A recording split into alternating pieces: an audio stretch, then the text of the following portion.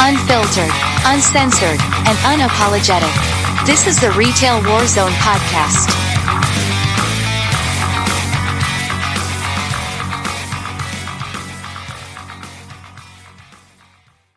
Tonight we're going to get into the differences between retail here in the good old United States versus across the pond.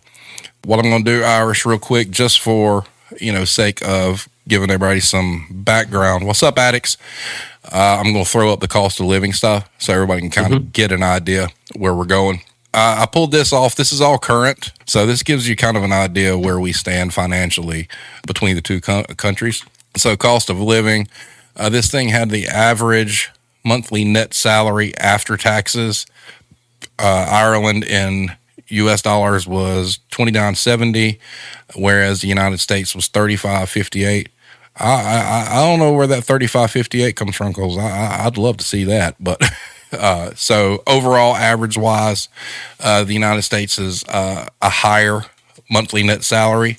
However, the mortgage interest rate in Ireland is substantially better than the United States. It's a 3.51 in Ireland versus a 4.03 here, and that's as of June 2021. Transportation, just to give you an idea, a one-way ticket, local transport, $3.10 in Ireland, $2.25 in the United States.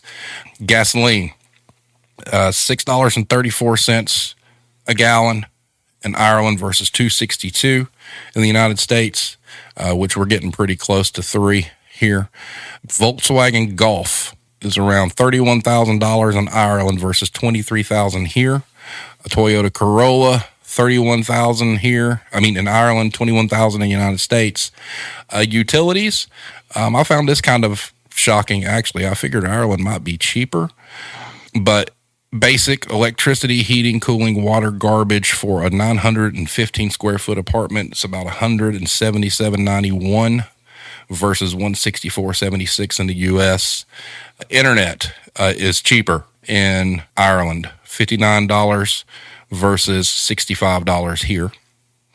Sports and leisure, fitness club monthly fee for one adult, $50 in Ireland, $37 in the United States. Cinema, so movie ticket prices, 6 cents cheaper in Ireland, $11.94 versus $12. And then we've got markets. So this was interesting. So a gallon of milk in Ireland, when I pulled this, was $4.61. The United States was $3.24, whereas a pound of white bread in Ireland's only $1.60 versus $2.48 here.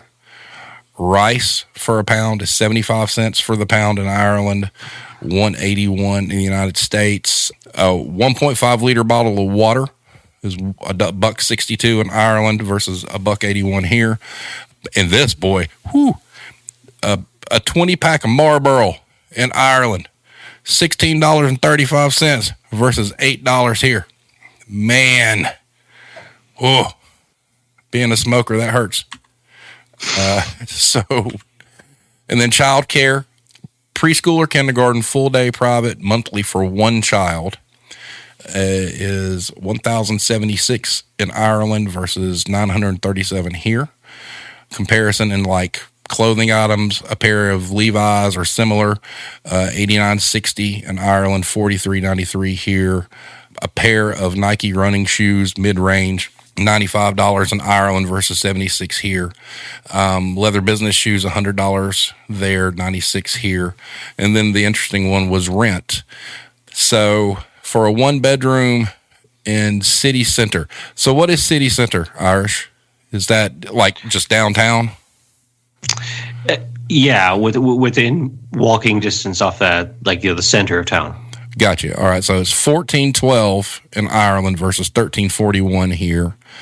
A one bedroom apartment outside of the center is $11.97 in Ireland versus $1,085 here. A three bedroom in the city is $23.35 in Ireland, $21.58 in the United States. A three bedroom outside of the center, $18.84 versus $17.45 here. So yeah, some pretty interesting stuff there. Health insurance, we'll be getting into that here in just a few. To fuck today. So thanks, Alex. it is I like the background. It's cool. So, does that sound about right to you, Irish? Generally speaking, yes. I took a close look at that, and by and large, it's pretty accurate. There are obviously some things when it comes to rent, for example. I mean, obviously, no more than the States, it fluctuates wildly based on where you are. But overall, yeah, I'd give that a pass. All right, cool. So, in going with, that kind of gives you an idea, what the differences are. And he's right. I mean, I know I look at some of those prices and some stuff, and I'm like, it's more expensive than that here. So it does have a lot to do with where you live, and the location that you're at and things like that, and the cost of living in that particular area. So now, what is your minimum wage there? Okay, the legal minimum wage is $10.20 an hour, so that's roughly speaking a little over $11. Okay, so our minimum wage here is $7.25 an hour. But the minimum wage can be dictated by the state. So there are some states that pay higher. There again, too, there's not a lot of equity nationwide in what the minimum wage is. Some places pay higher. Some places pay the bare minimum. Your service workers there, like waitresses and waiters, do they make that per hour, or are they getting like a very low hourly rate plus tips? No, regardless of what you do, that is the minimum wage. The tipping culture isn't. It's here a little bit with service for servers, but it's not as prevalent as in the States. So they do get an hourly wage. Wow, because see here, it really is kind of shitty because the restaurant business and the service industry they basically expect their employees to rely on tips. A lot of places, their hourly rate's like $2.13 an hour. That's fucking criminal. Yeah, plus tips. So, and there's some restaurants, if you're lucky enough to get into like a really high dollar restaurant where a bunch of highfalutin people, come in, yeah, you can make some serious money. But just the fact that it's acceptable in the year 2021 for somebody to have a base rate of $2.13 or 31 cents an hour is asinine. I don't even know how that's legal. I don't even know how that's a possibility. But it's crazy. So your minimum wage there is roughly $11 an hour. All right. So we know ours here fluctuates. And I know in South Carolina, for instance, Dollar Tree, they still pay, their hourly associates like $7.35 an hour. But benefits was something that Defuck Today asked about.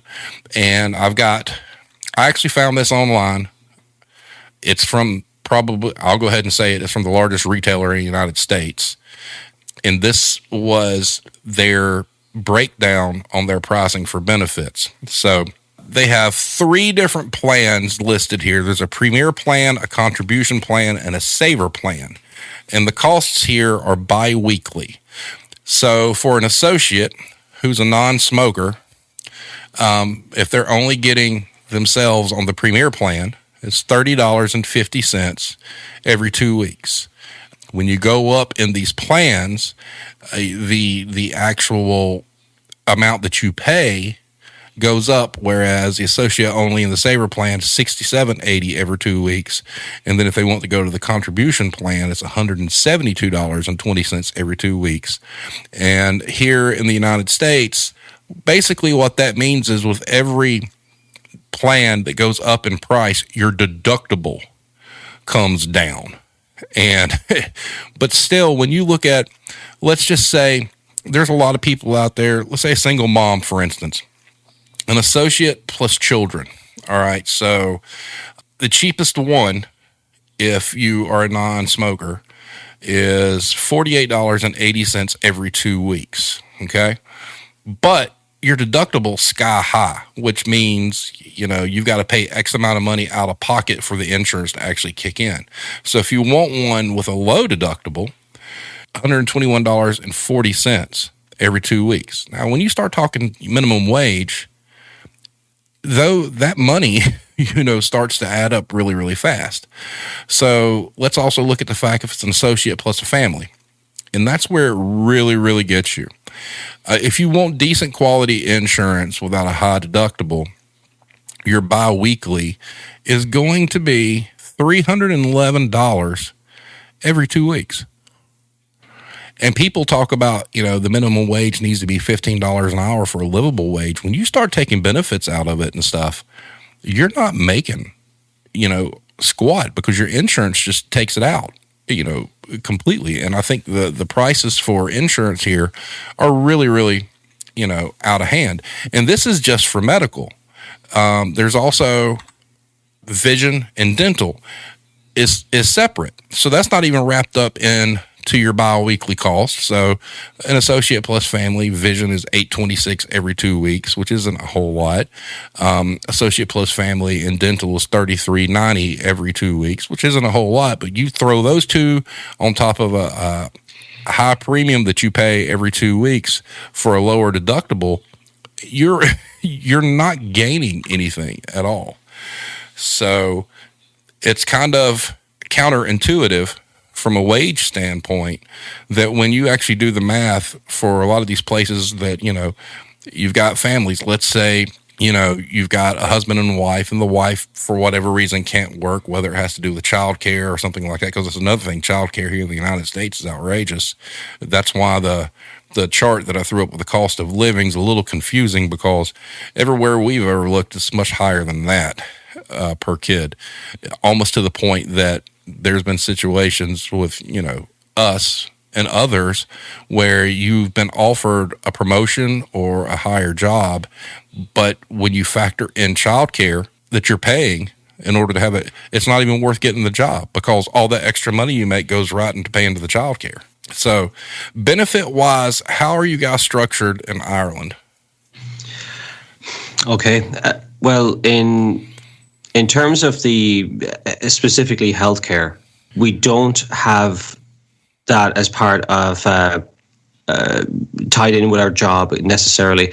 There are very, very few benefits other than your wages in the job that you would get over here in retail or anything other. Really, it's totally discretionary, really, from the employer, and also it's not really that normal. We do have health insurance. It's substantially lower. It would run about $120 a month here for a good, some decent coverage, but also the costs in general, if you do end up in the ER for some reason, are substantially lower in any event. That, from what I understand. Does that make sense? Agree. Yeah, I would agree with that, because, Hero asked, is healthcare up to the individual there to find, or is it how does that work? Yes, it is. Your employer has nothing to do with any sort of benefits at all, other than paying you your wages. It just doesn't exist here. But at the same time, your rates are cheaper. Correct.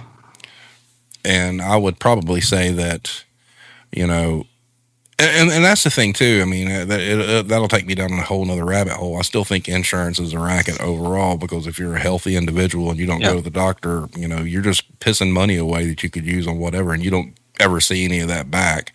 And then here, if you lose your job or quit your job and your benefits lapse, we have this thing here called COBRA, which is some sort of fancy schmancy way to get insurance without being employed that will about make you homeless because it's so expensive.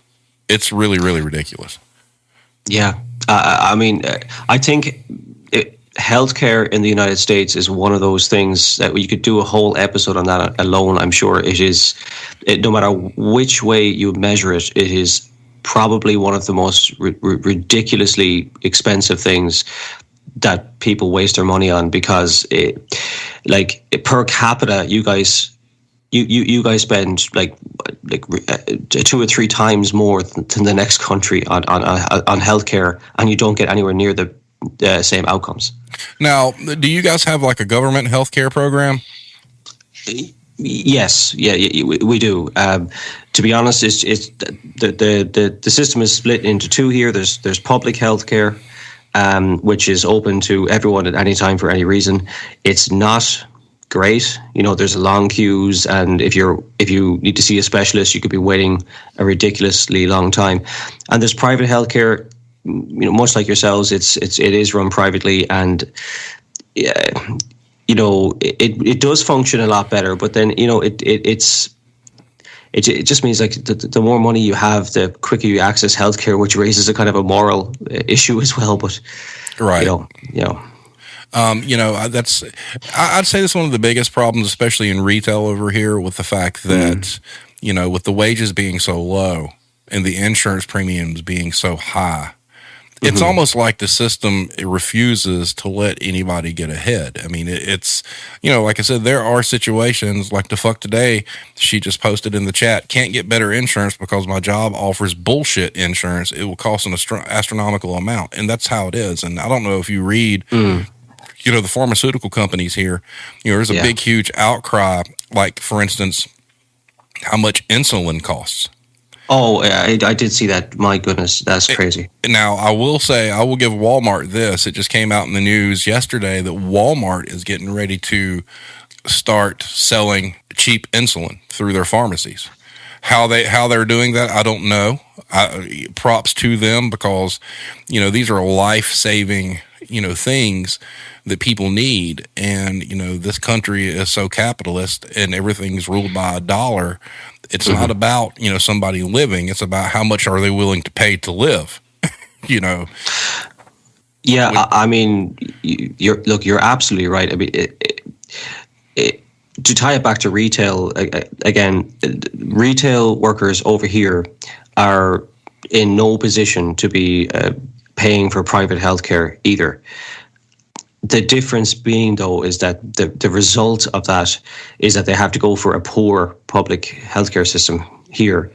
But the result over in the States, it seems to be dramatically worse than that. You almost, like you said, have the choice between, going to Walmart for your insulin or dying. That seems to be a bit of a crazy choice to me.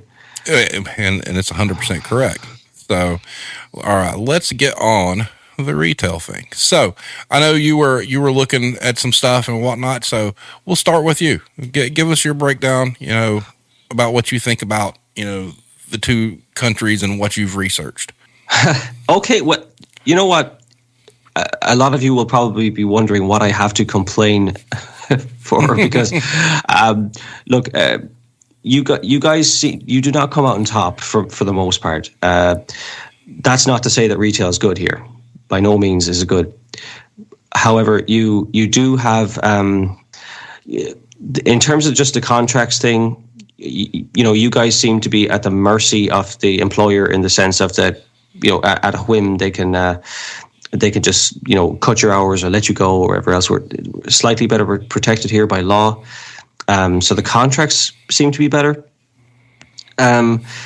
Minimum wage is one of these moot points. It really depends. There's so many variables there about where you live and what you do and cost of living. But I suppose we can't get away from the fact that it is higher than you guys. But it's still, if you look at the average retail wage in Ireland per hour and the minimum wage, they're as near as identical to each other. So that just gives you an idea of where retail sits in terms of the food chain here. The very, very bottom in terms of pay.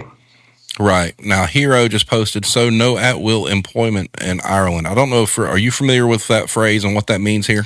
Yeah, we probably call it 0-hour contracts over here. Those things were popular for a while, especially during the immediately after the last recession, the credit crunch.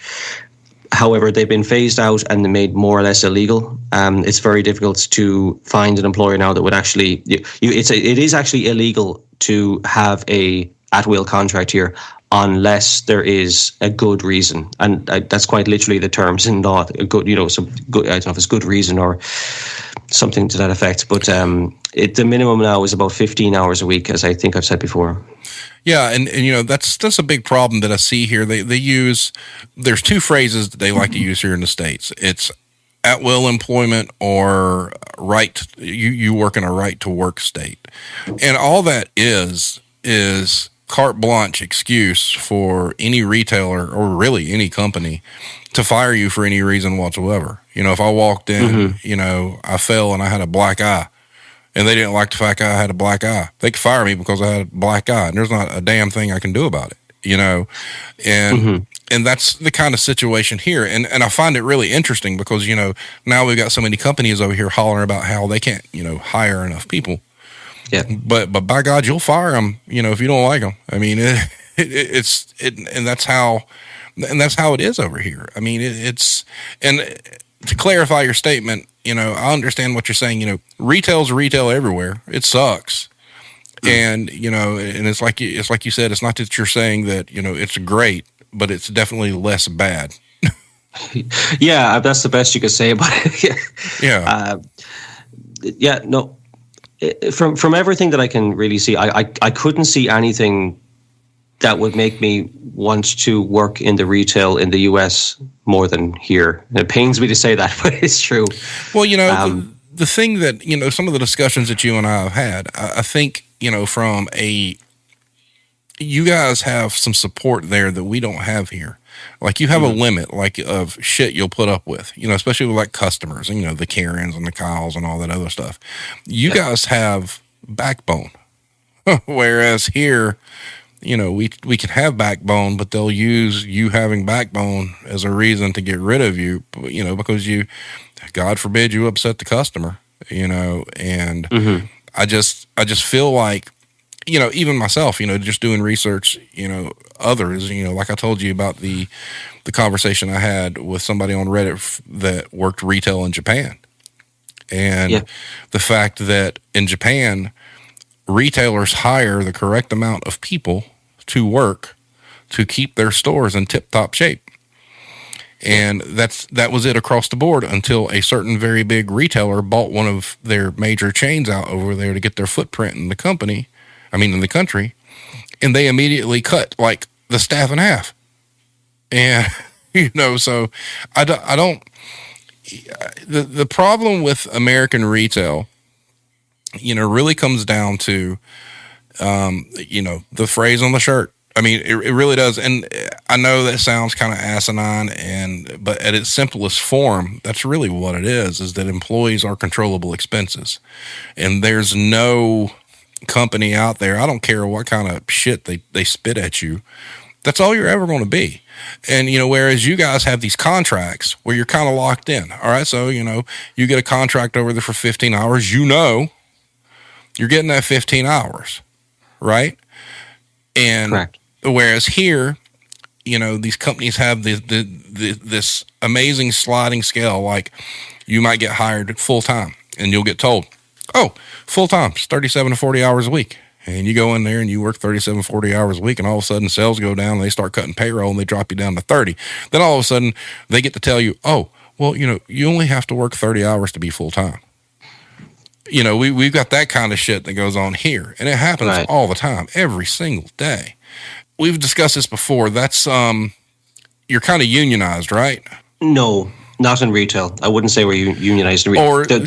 So these contracts, that's like a government mandate? Correct.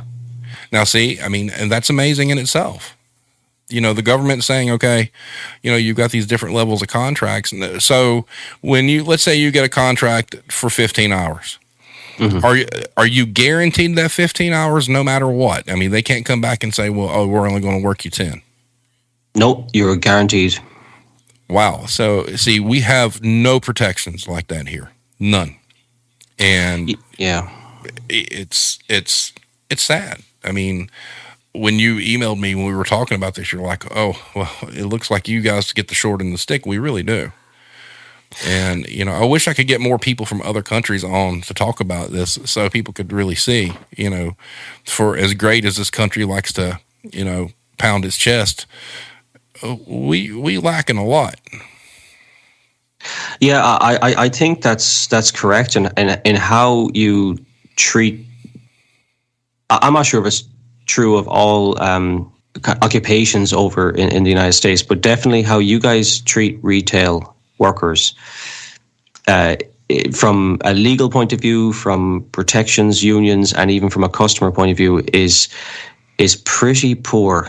Now, it's poor everywhere, But in Right. particular, I have to say, I would be very uneasy working in retail in the States because I would be afraid at any time I could lose, hours. The same thing can happen here. Like the average retail employee here might work about 25 hours a week. They're only guaranteed 15. That's almost half their paycheck if they get cut, Right. So, I mean, and there again, let's just say here, they promise somebody 35 hours is full time. Okay. Mm-hmm. And then, they drop them to 30, and they do it with no remorse whatsoever. And they act like it's not this big deal, but 5 hours, $10 an hour to a lot of people, that $50, man, goes a long way. yeah, it's probably groceries. Yeah, or gas, or all sorts of different things, and there's just no consideration for for that overall in the retail industry. And don't get me wrong, I mean, there's tons of people that are getting hired that have no quote unquote job skills, and they're there just collecting a paycheck and they don't want to work. And unfortunately, there's a lot of those. But I think one of the big things that we're seeing now, especially coming out of the pandemic, and it's nice to see that the retail and service industry workers are finally waking up and they're just fed up, and, like Hero just posted here as well. Don't get a second job that will change your availability. See, like here, yeah, you might get told, okay, we're going to hire you. We're going to work your 15 hours a week. Well, you're like, well, I need more than that, but this is all I can find. And then they wind up finding another job, getting 15 hours a week elsewhere. So they're working 2 jobs, and there's no consideration because that first job's going to be like, oh, you're supposed to be devoted to us. We come first. So they're going to offer you $15. I mean, they're going to offer you minimum wage. They're going to offer you 15 hours a week, but they expect you to be on call 24/7, work whatever schedule they give you.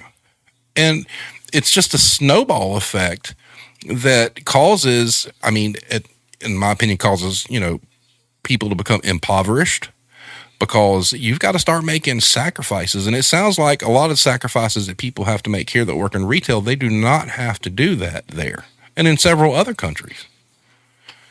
Yeah, you're probably correct. We certainly wouldn't worry as much about our health. That's definitely true. And we probably wouldn't be as anxious about being let go at a drop of a hat because there are certain better protections here.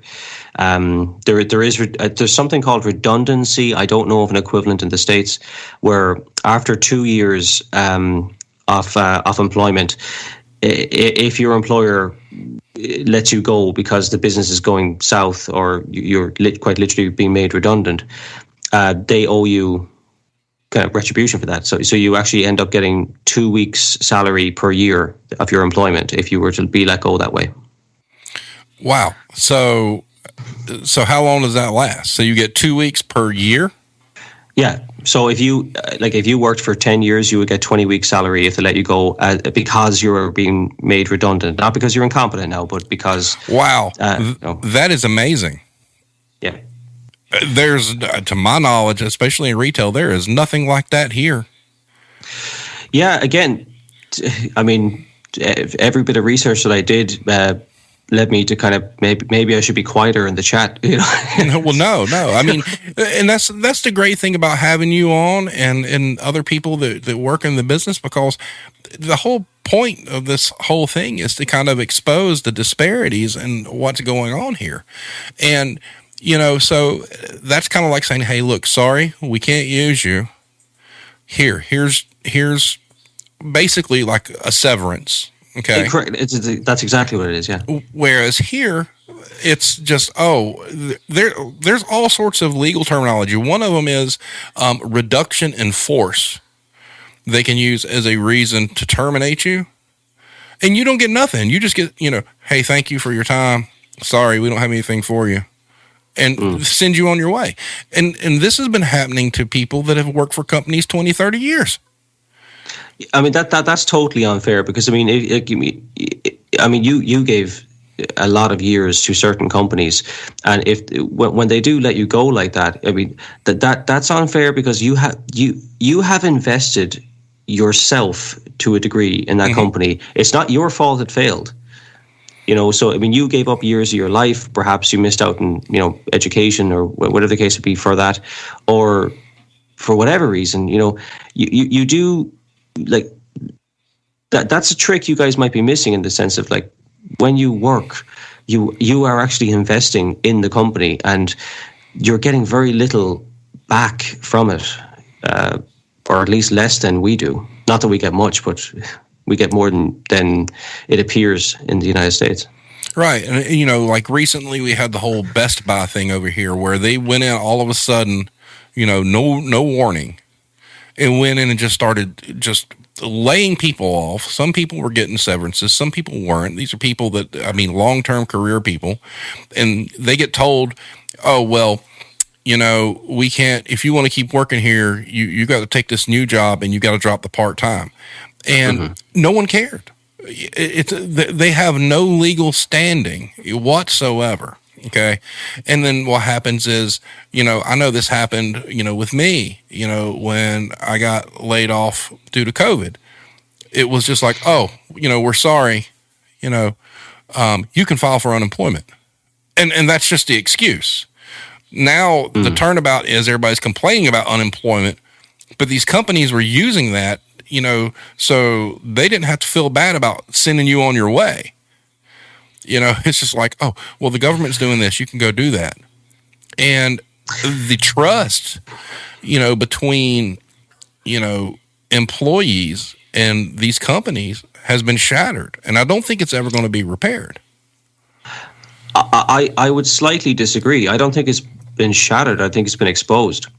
Because the companies in general, it's the same over here.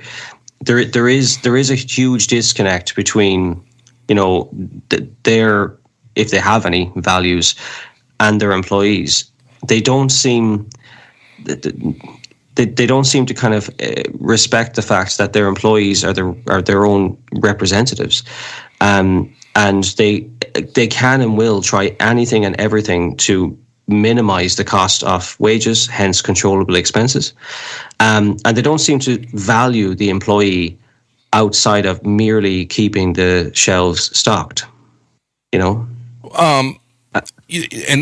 that's an interesting thing, because when I was doing research on the cost of benefits, according to Google, the first 10 pages of search results, and the actual search terms I used were, what is the average cost of health benefits for employees in retail? The first 10 searches had nothing to do with how much an employee has to pay. It was all about how much corporations have to pay to provide insurance. And I think that right there tells you all you need to know. It's not, you got to go dig for this information.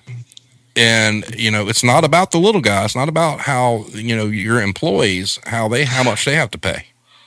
No, even if you were to look up mental health within retail, for retail workers or anything, if you were to put those into even like the likes of Google Scholar, the articles that come back are about how employees' mental health affects the bottom line, or how to increase efficiency by using this or that tactic. It's not actually about the individual employees. It is about profit and just profiteering in general. There seems to be this. It almost feels like they're talking about like farm animals or something like that. The retail workers are just at the bottom of the food chain. In every respect, even within research. Yes, you're 100% correct there. Sorry, go ahead. Hero asked, do you think it's more likely for Ireland to have a larger long-term workforce? I'm not sure I understand long-term. What do you mean by that? I think she's talking about like more long-term employees, more career employees. Oh, within retail? No. Yes. No. No, look, there are long-term retail employees, but it's nobody goes into retail expecting to be there for any longer than a temporary term. Most people end up getting stuck there. Very, very few people go into retail as a career from the outset. I mean, plenty of people make careers out of it. Don't get me wrong, but no, that would not be the case, at least in my opinion. That makes sense too. Whereas I think the thing that is overlooked here is the stigma from outside of retail for people that have never worked it or have never experienced it. They don't understand that here in the United States that, retail takes up such a large percentage of our actual job force in the United States that these are quote unquote careers for people, and the outside people looking in still look at it like, oh, well, this is a temporary job. You shouldn't be doing this. You should have done better in school. You should have done this. You should have done that. Yeah, I absolutely agree with that. I mean, that is maybe not as pronounced here, but Ireland is a little more subtle as a culture. So, but it is under the surface at least. Absolutely, that's there. What I don't really understand what the justification for it is in this day and age. Here's the thing, although this entire podcast and your channel is dedicated to exposing all the wrongs within retail could be a perfectly good place to work. Yes, it absolutely could. There's nothing stopping retail being a perfectly palatable, normal occupation. What's wrong with it is that exact thing you just mentioned there, that it's the stigma, it's how it's perceived that you ended up there because you didn't do something right. Right. That's incorrect. For most of the part, at least in my experience, they may not have planned to have been there long term, but that doesn't mean something went wrong.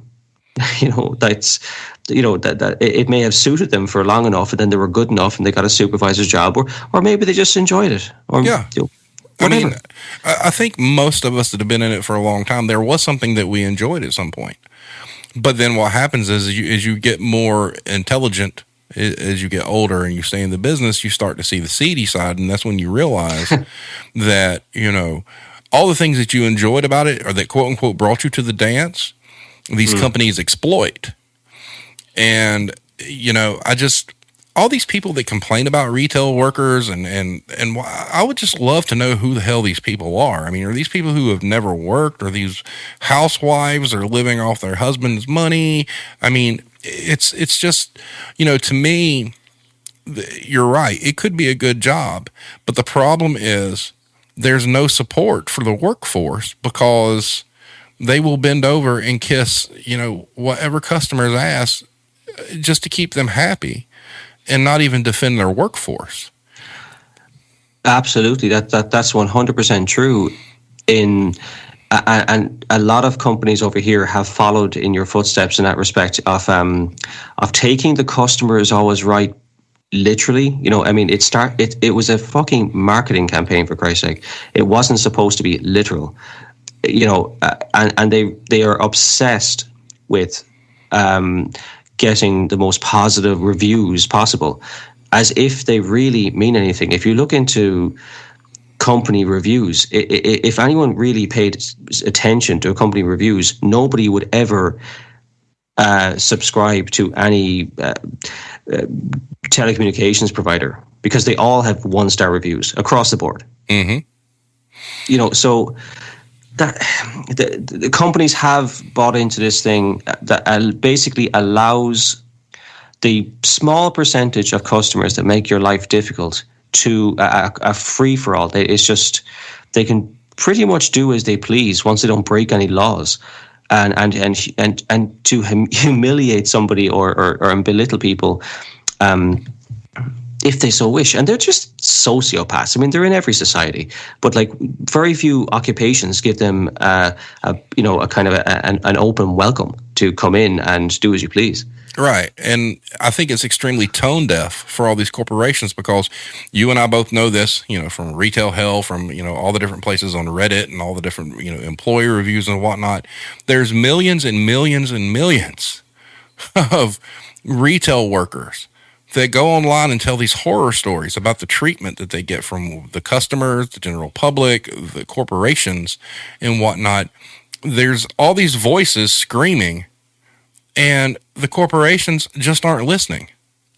They just don't. I mean, to me, on the surface, they just do not care, because I have not seen any big headline anywhere talking about what all these retailers are doing to help the mental health of their workforce. And you know what? In my experience, the disconnect between the head office and the foot soldiers is so severe that if it ever does occur that a large corporation turns around and says, right, no more Karens in our stores, we're standing up for our employees, I wouldn't believe that necessarily, because I think it would be just another one of their marketing campaigns to appear decent in the public eye. Right. If somebody designed a marketing strategy that says, you know what's really popular these days, workers' rights, and you need to perform as if you give a shit about that, it would be the same thing. About they never cared about recycling or being green before. That's a hot thing now because it's more to the forefront of the popular opinion, I suppose, especially among the youth. So it may well happen that corporations do stand up for employees, but I would take that with a pinch of salt, and that won't be anytime soon, by the way. But I'm just saying, if it does happen, don't think anything's changing. It's just they're going with whichever way the wind takes them. Yeah, and you're right. I mean, but there could be a retailer out there right now that I mean, legitimately bought into that and believed it, and they will become the industry leader on that. And people have no idea. These companies have no idea if they adopted that philosophy where they would at least just back up their employees.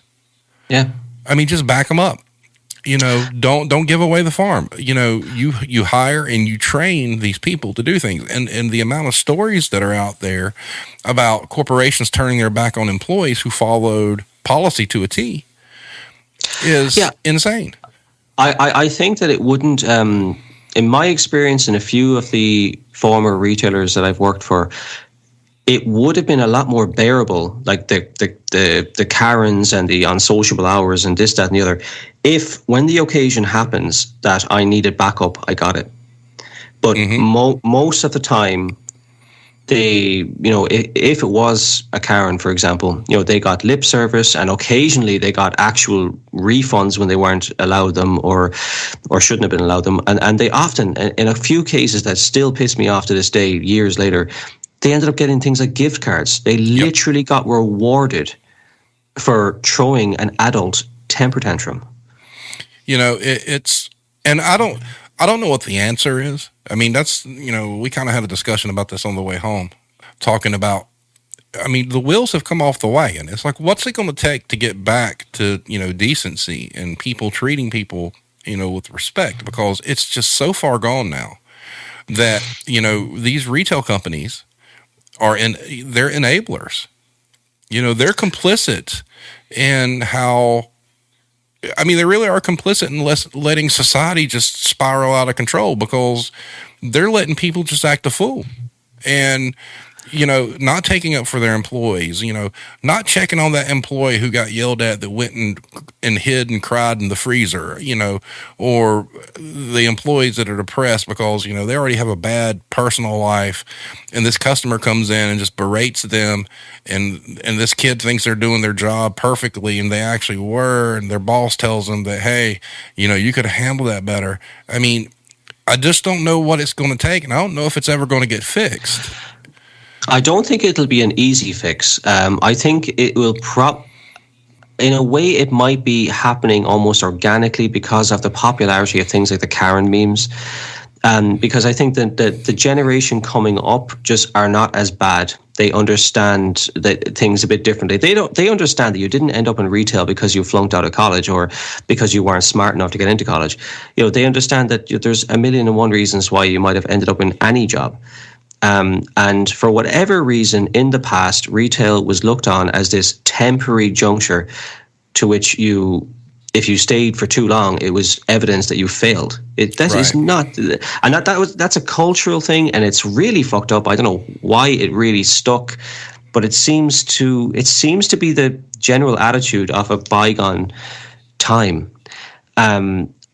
So eventually, I think it might just change organically. But honestly, in the short term, it might take something, completely crazy, like some sort of, in at least the States, some sort of class action lawsuit as to why people are suffering from fucking anxiety at an unbelievable rate within retail and not in other sectors, and it's because of the way that their employer is allowing people to treat them.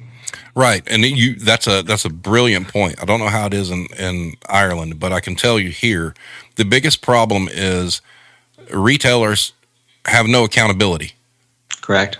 And legally they have none. There are so many legal loopholes. I mean, God, I don't know how it is there, but I mean, we've got a government that lobbied and passed the fact that retailers and employers cannot be held accountable for if, let's say they change some sort of mandate and they just act like business is like it has always been. There's no pandemic. They force, maybe you got an employee who wants to wear a mask because they feel safe, but they tell them they can't wear the mask because the company doesn't want to. They catch COVID and they die. Guess what? Our government has said, oh, not the company's fault. They're not liable.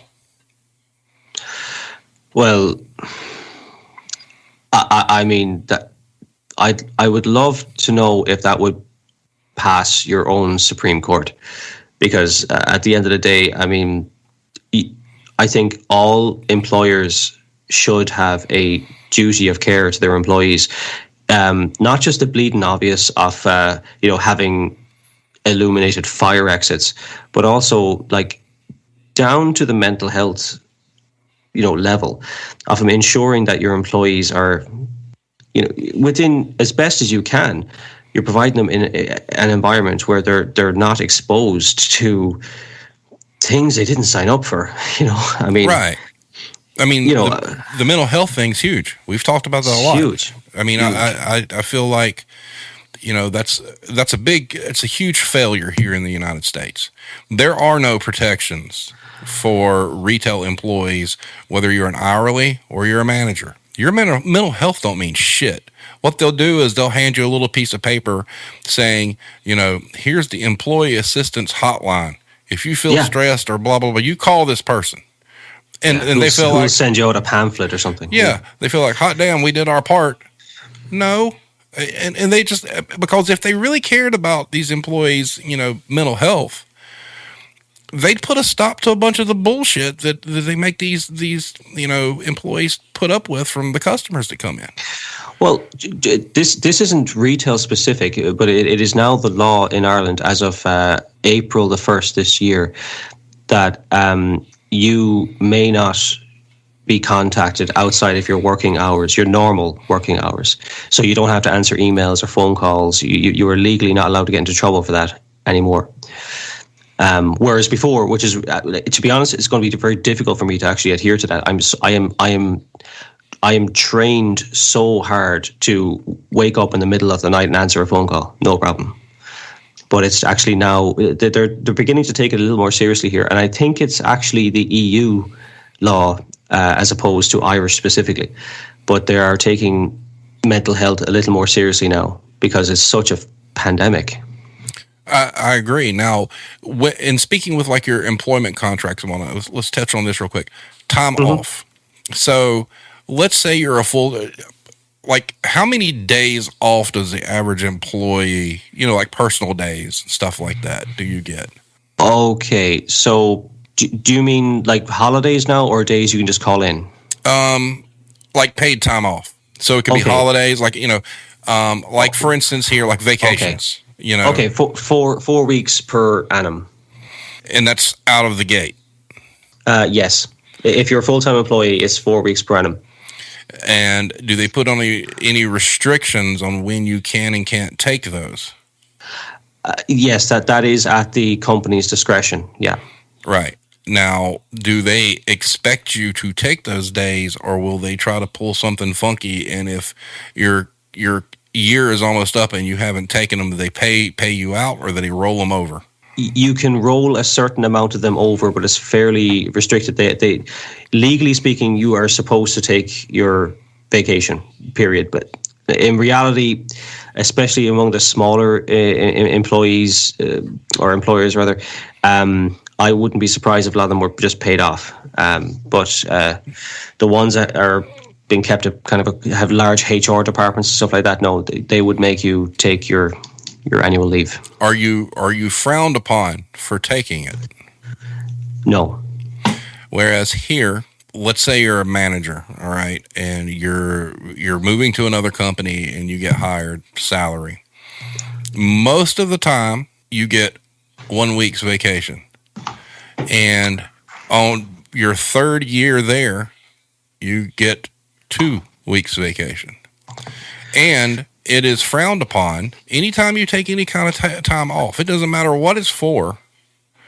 They'll ask you a million different things. I mean, I know of situations where people have been scolded or reprimanded because they needed to take time off for the death of a loved one.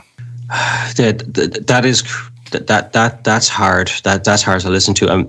It used to be worse here years ago.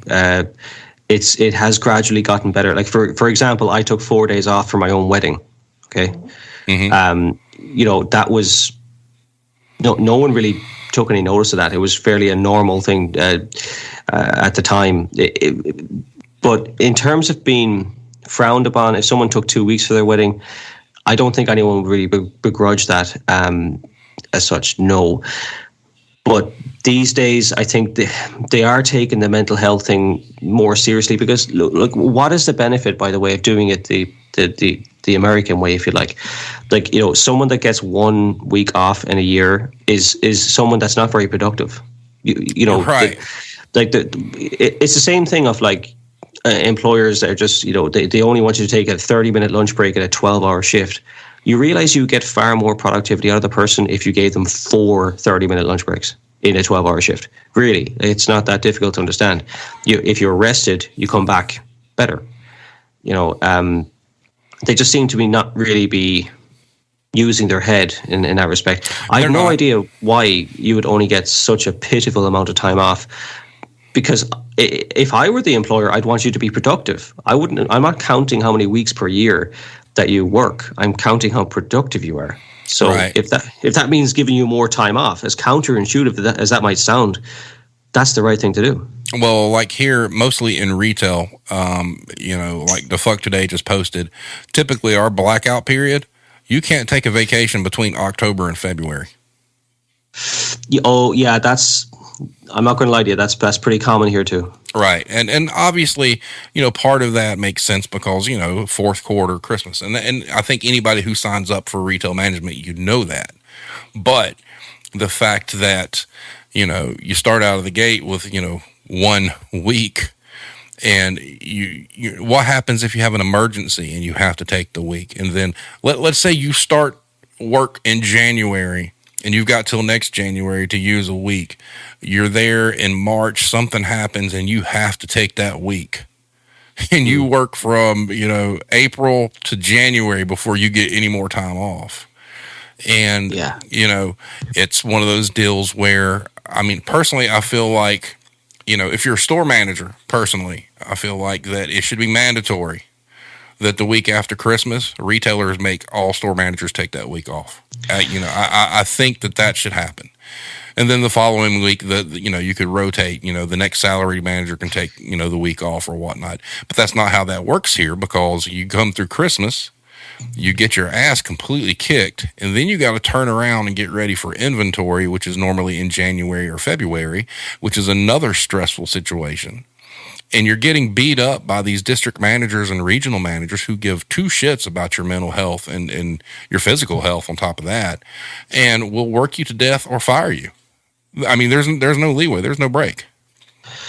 Yeah, I agree. And I think it's, I mean, actually, the most kind of prominent retailer, the one with no stores, the one that Bezos recently left, that is getting into the most trouble, at least in the public eye, for treating their workforce like absolute garbage. You hear all sorts of horror stories of how they are treated effectively like robots. That's the ultimate goal, is that he'd like to make everything robotic. Mm-hmm. But I think that in retail, at least, it's a little bit like if you go way back to, like, say, when people were farming, harvest time, they hired a bunch of help to help with harvesting around the time. They had no. They couldn't care about them, but for the week that they were harvesting, they had no relationship with them, and that seems to be the model that retail was built on. There's basically two types.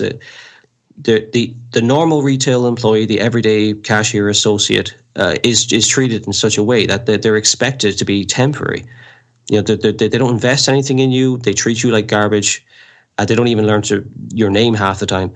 And then there's the management, which ended up being like the farm hands or something like that. That they were trusted. They're known to the owners, and there was a little bit more invested in them, and they were given more responsibility and a little bit more prestige. But at the end of the day, that is not the way a business should run in the 21st century, when we are realizing more and more that about humanity, that we should be treated like decent people. We made such strides over the last 100 years or so, that in treating everybody as equals and everything else, with the small exception of things like certain jobs. It's not just retail, but retail is probably one of the biggest ones. Yep. And to give you an idea how bad it is here too, Russell just posted it, and I remember when this happened, he was expecting a child over Christmas. It just happened that way. And he was getting shit about missing work for the birth of a child for a perfectly understandable situation, just because it was Christmas. And this was while working for a dollar store. Yep. Well, I mean that's insane. Yeah. And, it's the mental health situation. I don't know. I mean, I would feel like you said, I mean, it's the retail in Ireland isn't great, but I would be willing to bet there are thousands of retail employees here that, if they were working in retail there, would look back and be like, holy shit. I mean, it's not great, but God, it's so much better than what it was, in the United States. And that's sad. You're correct. I mean, I don't I don't have any defense to that. I mean, I usually bitch and moan about retail, but in fairness, in this instance, when researching all of this type of thing, yes, it is. You can't deny it. It is worse in the States, and it's fairly empirically obvious. Yeah, and that's just, for a country that wants to talk so much shit about how great they are. I mean, these customers that come in and complain and berate these associates don't realize how much of their life depends on these associates. Providing, what would they do without grocery store employees? What would they do without, employees at Walmart or wherever? Because most of the customers that come in and start complaining, they're complaining about things that basically prove that they're helpless. They wouldn't be able to survive. And they want to berate these people. I mean, and let me give you an example, okay, of how lazy customers are in the United States from a pricing standpoint. So I don't know how it is there, but if you walked into a grocery store and you wanted to buy, let's just say an onion. All right. Mm-hmm. We have lazy ass people here that, let's say that onion's 88 cents. All right. They will pay $2 for that same onion that somebody has chopped up. Yeah, I don't know who falls for that stuff. We have chopped onions here as well in the freezer section and stuff like that. I don't know who the hell can't. But that's my point. They want to berate these employees and stuff. There's employees out there chopping onions and chopping meat and doing all this other stuff that they don't want to do. How would they survive without these people? It's you talk about biting the hand that feeds you. You're biting the hand that chops your shit. It's like, our society is so entitled that, and then if, God forbid, you go into any grocery store that sells chopped vegetables or prepared meats or whatnot, and it's not there waiting for them, you'll see some people's heads spin around like, you expect me to go home and pull out a knife and cut this? How dare you? That's what we're dealing with. Yeah, I think for, correct me if I'm wrong, because it really, this is your best to judge here, but perhaps in the States that it was driven home for way too long that, if you go out there and you work hard and, you can do what you want with your money, when you walk into whatever service you choose to go into, you're the king. You should, they should bow down and respect the fact that you are so good to come in and spend your money in their establishment. I'm not so sure why, like with all the choice you have there, why retailers put up with that sort of nonsense from customers. Maybe I'm wrong on that. I don't know, but there seems to be I'm trying to figure out why someone would be so entitled. I don't know. Did you watch that video I sent you? Yes, I did. Okay. Well, Russell in the chat was like, look up on YouTube why America isn't the greatest country. See? Told you. It pretty much sums it up. Yeah, it does. I just don't know why it look, I guess if you take public transport in the States, which I have done, I could, if I were to treat an Amtrak driver or a bus driver or similar, the way that certain retailers expect their employees to be treated, I would be kicked off. No questions asked. There's even a sign: "Don't talk to the driver." So let me ask you this, because I know you said your wife's from the States. Have you spent like any kind of time in the States? Yes, I have.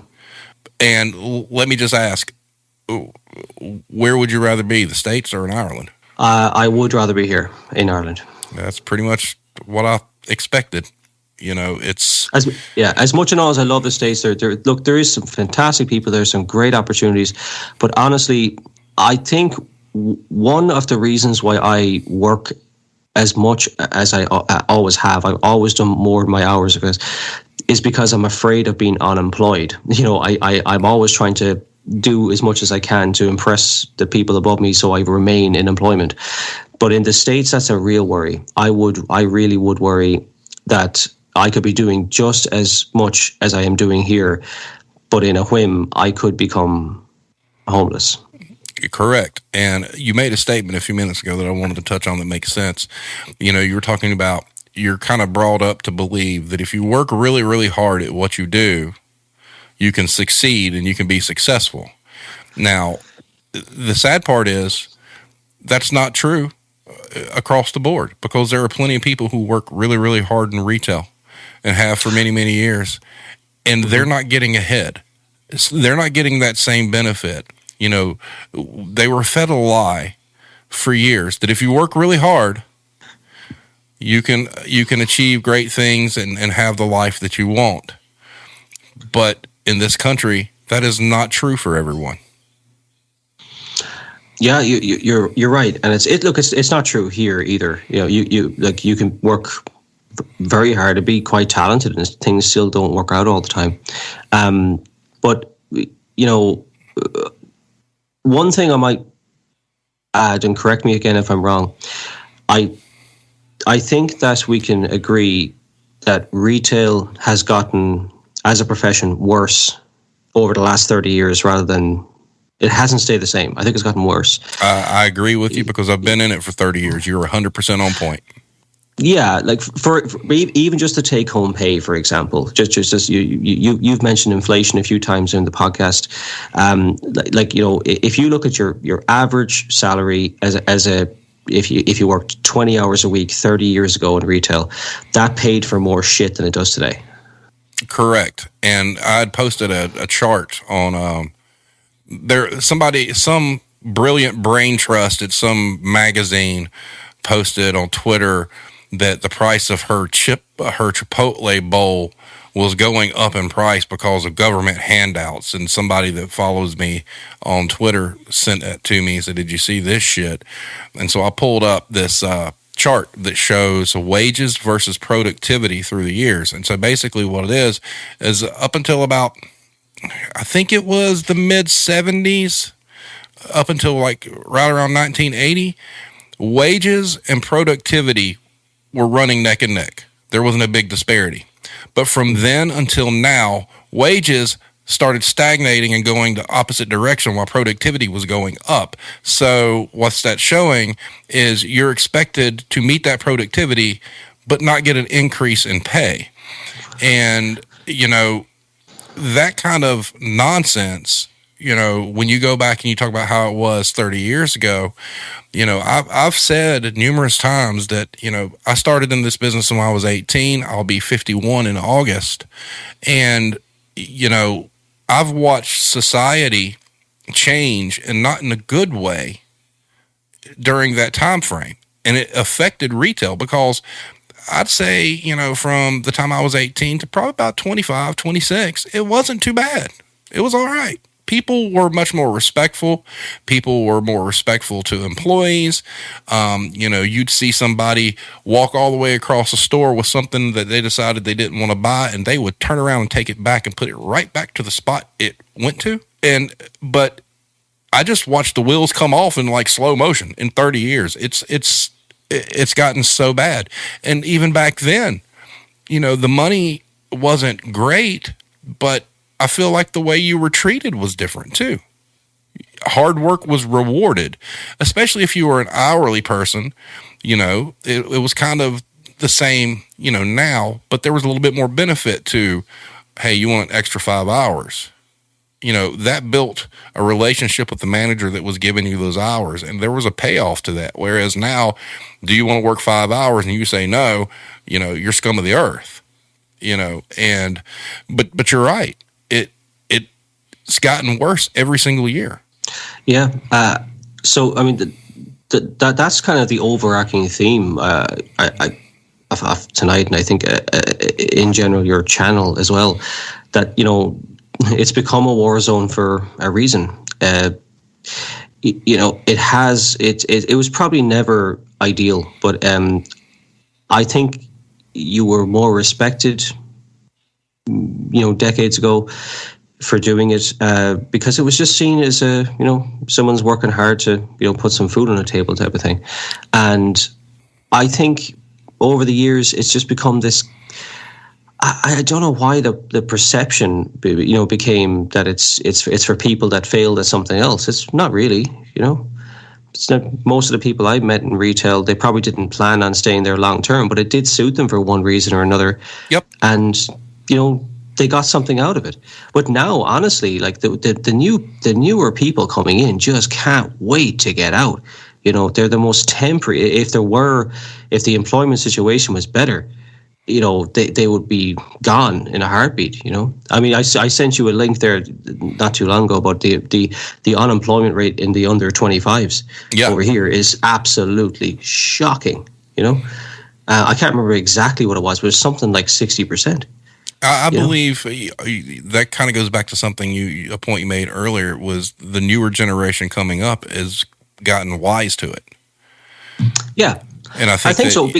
people think that they're lazy, but they're just choosing not to get treated like shit. Well, also, they're not buying the lie anymore that, like, what you got to do is you go and get a 3-year degree and then you put on a suit and you're a manager and you make good money in whatever industry you choose to work in. That's bullshit. Look, over 50% of adults in Ireland have a primary degree now. I mean, so the degrees are worthless, in other words. You know, there's so many out there. It's crazy. Right. We had a question come through from Praveen. Which are the best retail companies to work for? I guess the biggest question is, are you talking in the United States or in Ireland or in general? If you can be a little bit more specific, I'll be more than happy to answer that for you. Hero also posted how deadly Black Friday has become. Yeah. I mean, and that really has, you know, there again, not caring about employees' health, allowing the idiocy to continue on Black Friday. You know, it's now you got people that get PTSD from working during the holidays because, man, I've been part of some of those Black Friday fiascos. It's off the chain crazy.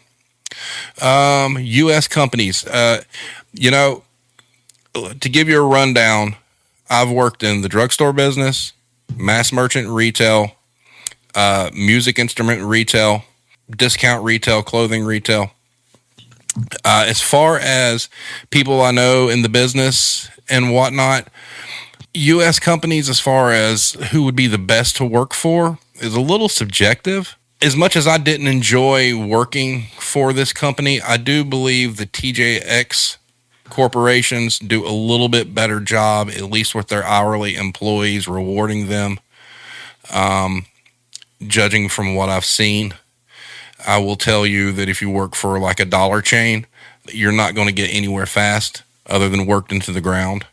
Best Buy at one point in time was known to be a great place to work, and that changed as of recently. I really feel like probably some of the best retailers to work for are probably mom and pop shops. Office supply stores used to be really good to work for. Office Depot, Office Max, and Staples, they were good. But as the payroll crunches have come in, through the years, they're all, just a different head on the same snake.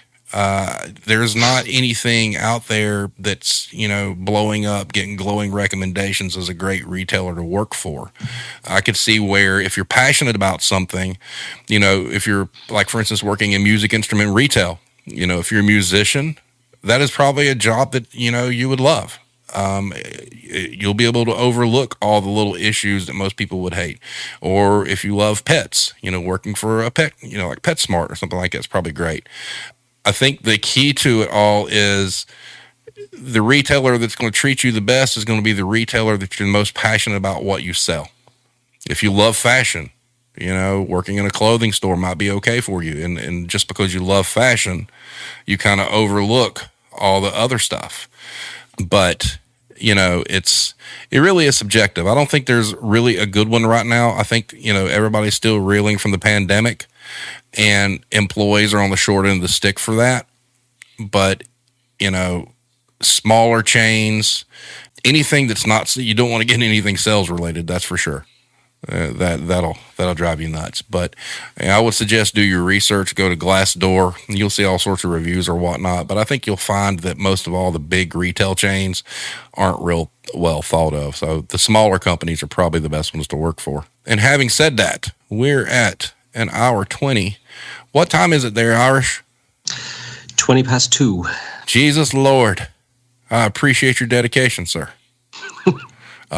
Always a pleasure having you on. Next week, Mad Dog's going to be on, and we're going to talk about, she's got to send me some examples, damn it.